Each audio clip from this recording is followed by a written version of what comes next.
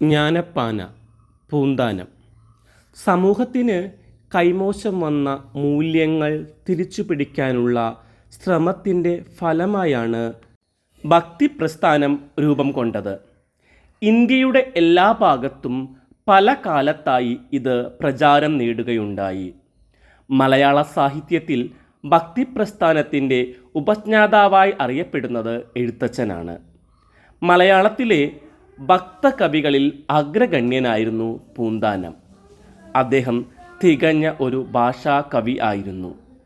ലളിത മധുരമായ ഭാഷയിൽ പൂന്താനം ഭക്തികാവ്യങ്ങൾ രചിച്ചു. പൂന്താനത്തിൻ്റെ കാവ്യരീതി പിന്നീട് പാന എന്ന നിലയിൽ പ്രസിദ്ധമായി. പാന ഒരു ഭാഷാ വൃത്തമാണ്.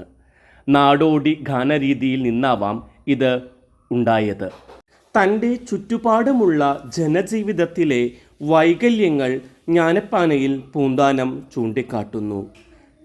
അവയിൽ നിന്ന് മോചനം നേടേണ്ടതിൻ്റെ അനിവാര്യത അദ്ദേഹം വ്യക്തമാക്കുന്നു. നിർമ്മലമായ ഭക്തിയുടെ മാർഗമാണ് കവി ഉപദേശിക്കുന്നത്. ഭക്തിയും തത്വചിന്തയും ഇടകലർന്ന ഒരു കാവ്യമാണ് ജ്ഞാനപ്പാന. പൂന്താനം 16-ാം നൂറ്റാണ്ടിലാണ് ജീവിച്ചിരുന്നതെന്ന് വിശ്വസിക്കപ്പെടുന്നു. അദ്ദേഹത്തിൻ്റെ പ്രധാന കൃതികൾ ജ്ഞാനപ്പാന, സന്താനഗോപാലം പാന എന്നിവയാണ്. ശ്രീകൃഷ്ണ കർണാമൃതം, 108 ഹരി, അംബാസ്തവം എന്നിവയാണ് പ്രധാന കൃതികൾ. ഭക്തിയിലൂടെയുള്ള മുക്തിയാണ് പൂന്താനം മുന്നോട്ട് വെച്ചത്. മൂല്യങ്ങൾ നഷ്ടപ്പെട്ട സമൂഹത്തെ നന്മയിലേക്ക് നയിക്കാനുള്ള ഉപായമായിട്ടാണ് കവി ഭക്തിയെ കണ്ടത്.